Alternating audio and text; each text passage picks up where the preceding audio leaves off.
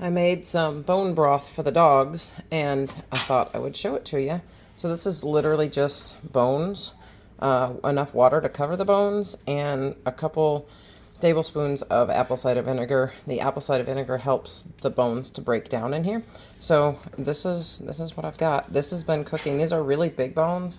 These are just soup bones, and I have let these cook for let's see, they've been cooking for just over 72 hours. And if we do like chicken bones or something like that, they don't have to cook very long.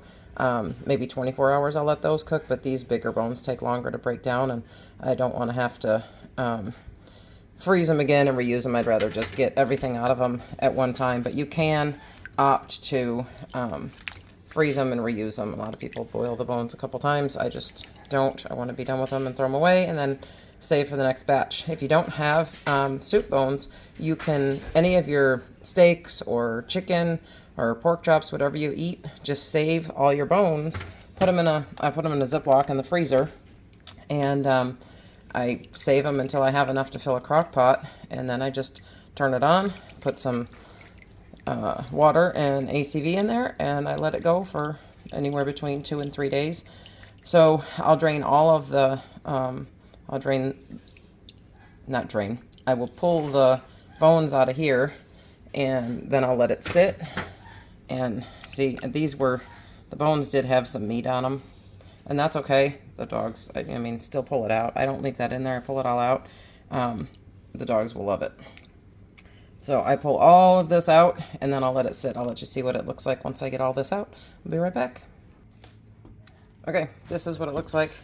You can see I've taken a strainer and strained everything out of here.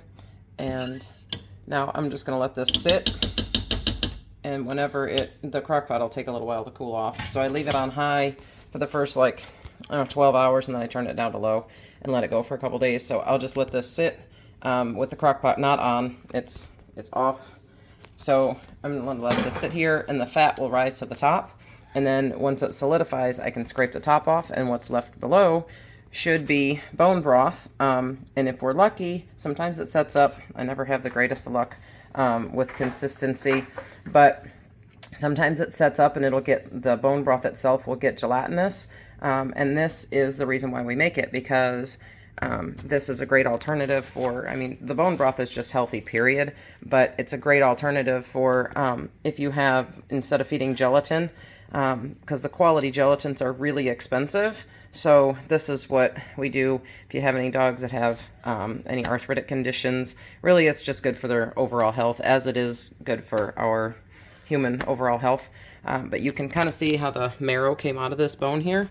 And there was another one, like these still have some marrow in them. So technically they could have cooked a little bit longer, but I think 3.5 days is plenty, and we've gotten what we need to out of that. So I will discard these, and this will go to some happy dogs in their breakfast tomorrow morning. So that's how we do it. I'll show you once the fat cap comes up, and we hopefully have some gelatin underneath. If not, we will have some liquid bone broth.